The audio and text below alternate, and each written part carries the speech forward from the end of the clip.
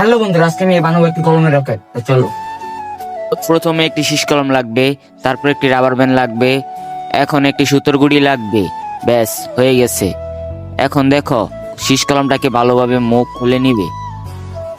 মুখগুলো খুলে নিয়ে আমাদের শীষটাকে বের করে নিতে হবে।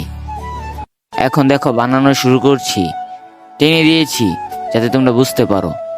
এই দেখো, মুক্কার গুঁড়িতে পেটিটাকে বেঁধে ভালোভাবে শক্ত করে বেঁধে নেবে সুতা দিয়ে। গুড়ি সুতা ছাড়া অন্য কোনো সুতা দিয়ে কিন্তু হবে না। দেখো, আমরা কিন্তু অনেক কষ্ট করে ভিডিও বানাই, তোমার সাপোর্ট না পেলে ভিডিও বানাতে মন চায় না।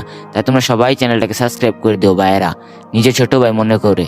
তো এখন দেখো, বানানো কমপ্লিট। আর একটা ছোট পিন লাগবে, যে তামার তার বা স্টিল প্লারের পিন, যে কোনো একটা হলেই হবে। এখন দেখো, ট্রায়ের পালা।